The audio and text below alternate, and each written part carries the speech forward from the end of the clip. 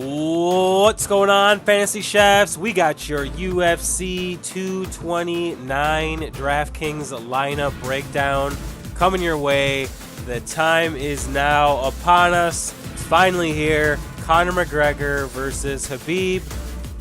Wow. A long time coming. McGregor coming off a 2-year layoff from the UFC. Last time he fought was in 2016, November 2016. Should be a good one. Calling it the fight of biggest fight in UFC history. Some of the critics. So should be a good one. We've got two distinct, different styles between the two headliners, and yeah, gonna break it all down for you here, along with some undercard picks as well. So, if you are not familiar with how MMA DFS works, it's pretty much the same as NFL or NBA, MLB, but there are no positions, right? So they're all fighters, and you essentially just have to get the salary cap, get under the salary cap. So give us a salary cap of 50,000, and there's generally about 20 or so fighters on the list each fight. I'm pretty sure each card is about 13 or so. I'm sorry, 12. Yeah, around 12. 12 fighters, so maybe closer to 25 if there's 13 on the card. Maybe closer to 25 fighters. But anyways, yeah, gonna be breaking down. Excuse me, you're going to have to bear with me. I've got a nasty head cold, so reason for the voice being shot and sounding like death. But going to go ahead and just jump right in here. Going to go first with a heavy favorite in this one. This guy is one of the more impressive up-and-comers in the UFC. Doesn't have a lot of notoriety around him right now, but he's on a tear. Winning I believe 1, 2, 3, 4, 6 out of his last 7 fights, and most by KO and submission. We got Vicente Luque. This guy is doing it all right now. He can he's got a great grappling game. This guy has finished a lot of fights from the front headlock position, and he also has hands. The last fight he fought against Chad Laprise here, knocked him out in the first round, and it was one of those precision punches where he hit him just right, and he went down. So Luque is fighting against a kid who fought in the Dana White Contender Series, Turner. Turner is actually looks like a pretty good prospect himself, but he has 0 fights in the UFC so far. He's a lanky kid. He's tall and athletic, but he just doesn't have the experience. And he's actually going up in weight class. He used to fight at 55. This fight's at 70, and he's actually taking this fight on a little bit of a short notice. So liking all of those points surrounding this fight to go in Luque's favor. So gonna grab him, and actually too, he is the the largest favorite rather, according to Vegas. So Luque is, I believe, minus 900 in this fight. So if you're not familiar with the Vegas lines, what that means is in order to win $100 on Luque, you'd have to put up 900. So quite a big favorite there. All right, next up, going to actually go with the opposite end of the spectrum here, going with a guy in Tony Martin who is actually very impressive over his last 5 or so fights.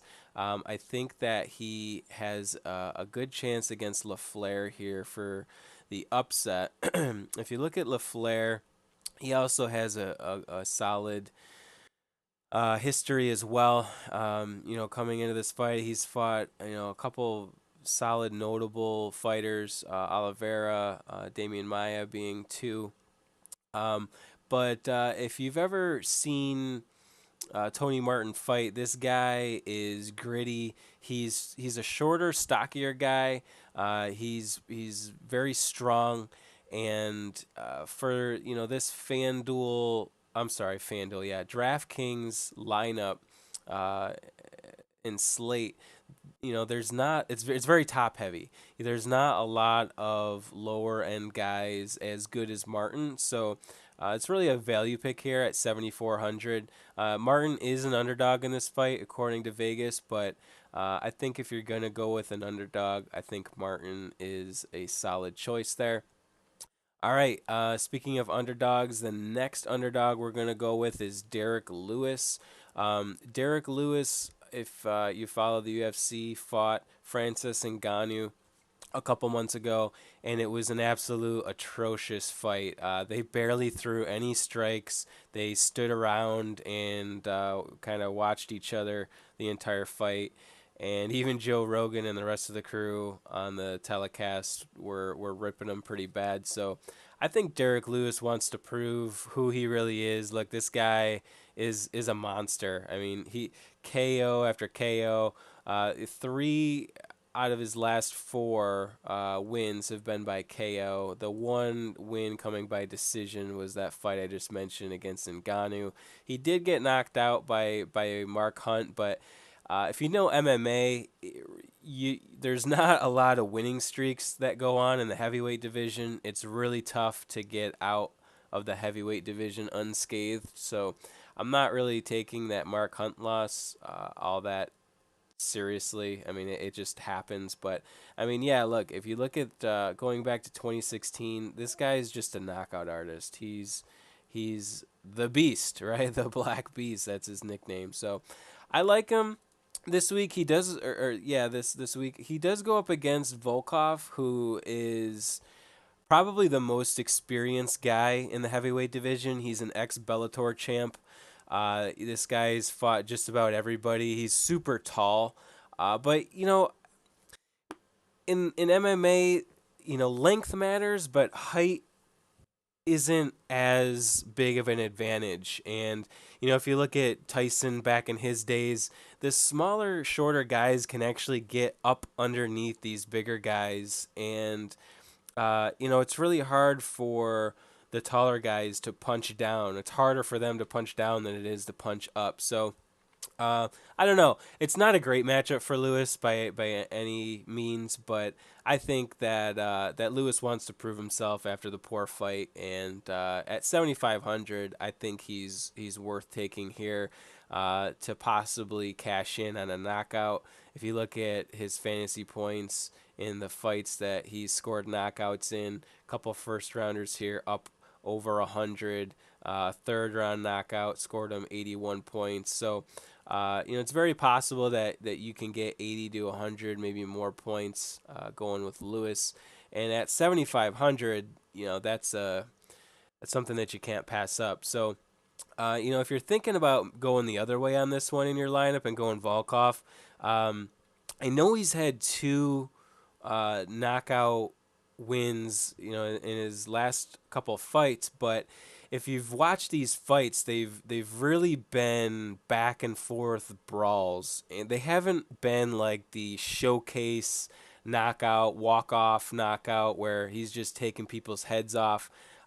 He's grinded down his opponent and gotten the TKO. So be careful with Volkov. If you're looking for a safe play and a win, okay, I can understand it. But at 8,700, I'm looking for finishers. I'm looking for guys who are going to be up in the, at least in the 85 to 100 range, even higher than that. And I know he has it in his last three fights here, but stylistically, I think that Volkov is a little bit of a danger when it comes to scoring a finish, a stoppage. All right, next up, going with one of my favorite fighters. I think this guy's pretty awesome. Going with Tony Ferguson.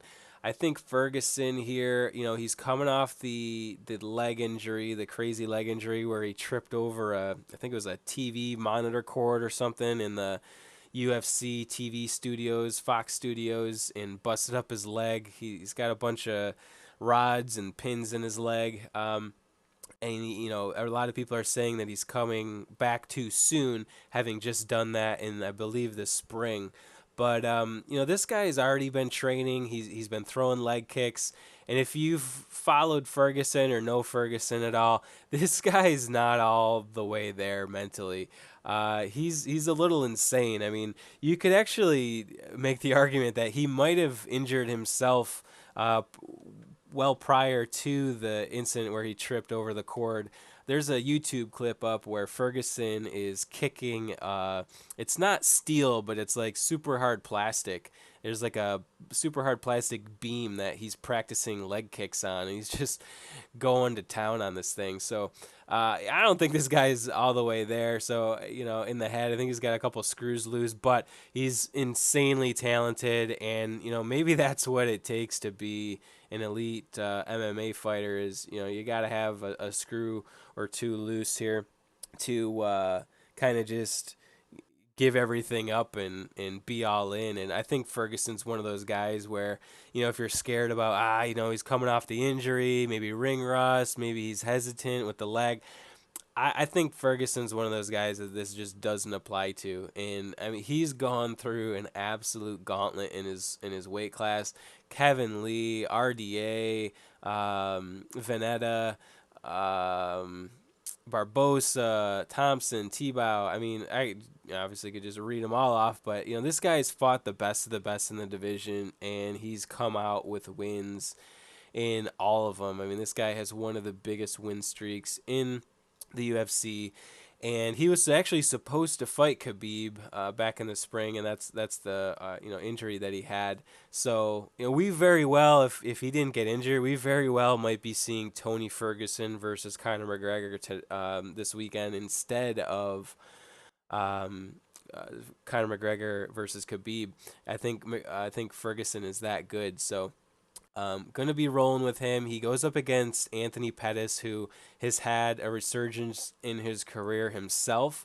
The one weakness I see with Pettis, though, is that Pettis is a striker predominantly. He tried to go wrestling back, between 2015 and 2017, and he's been on record saying that that's what cost him a lot of these losses was he was trying to be somebody who he wasn't.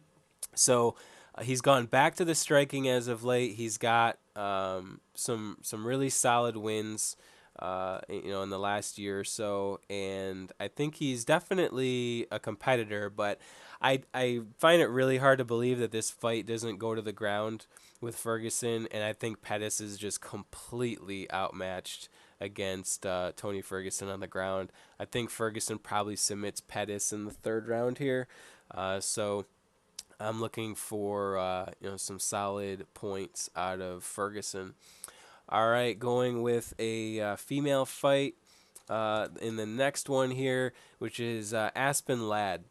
So Aspen Ladd, she was supposed to fight in Atlantic City back in March, I believe. I think actually that card was in April, and she missed weight. She's actually a pretty big 135er. Should probably be fighting at 145, but she's kind of a tweener as far as her build is concerned. But she is undefeated in her MMA career at 6-0. She does only have one fight in the UFC, but she's really been donned as one of the bigger up and coming female fighters in the 135 division. Extremely talented. She's a knockout artist, which is hard to find in the female divisions, and it's been proven some of these other fighters that in the women's divisions that have knockout power. It's really been proven that these females that possess that quality have such a huge advantage over their competition, just because it's not that prevalent. So if you can bring that to the table over your opponent, it's that bigger of an advantage, I guess is what I'm trying to say. So she goes up against Tanya Evinger. Tanya Evinger actually only has one fight in her career as well, but Tanya Evinger is the ex-Invicta female champ. Invicta is an all-female MMA division, or promotion rather, And Evinger definitely has the experience, and she's a little bit older and wiser. She fought Christine Cyborg. I think that was maybe a couple months ago. It was maybe early summer, and she held her own. She didn't do any damage, but she survived. I think that fight went into maybe the fourth round, third round. Look, she survived. Everybody thought she was, you know, a goner in the first round. So I think people were impressed a little bit by her toughness and her grittiness. But one thing that was very apparent in that fight is that now I understand this. It's Cyborg, but once Evinger got punched, her whole game plan changed. You could see it in her face that she did not like getting hit, and with somebody like Aspen Ladd as her opponent, I'm really wondering if the same thing isn't going to happen here, where Evinger really turtles up once she receives a couple blows. So really like Aspen Ladd here. She's a little bit more expensive, 8,200, but I think she's a sneaky play. I don't think a lot of people know her name. So, in these contests, you might get away with low ownership here. And then finally, we get to the main event, Khabib and McGregor. Um, Based on salary, you might know already my decision. I got to go with McGregor. And look, this isn't a fan pick. This isn't a head in the clouds, biggest MMA fighter ever pick. I really think that McGregor, he wins the majority of his fights two ways. The first way being the mental game, right? I think that not only, and everybody points to the press conferences, everybody points to the mind games that he plays with his opponents, but I don't think there's ever been a UFC fighter that is as calm as McGregor is once he's inside the cage. This guy personifies calm, cool, and collected. He walks into that cage and he turns into a different guy. The emotions and the chaos just totally shuts off, and he turns into a precision puncher with power on top of it.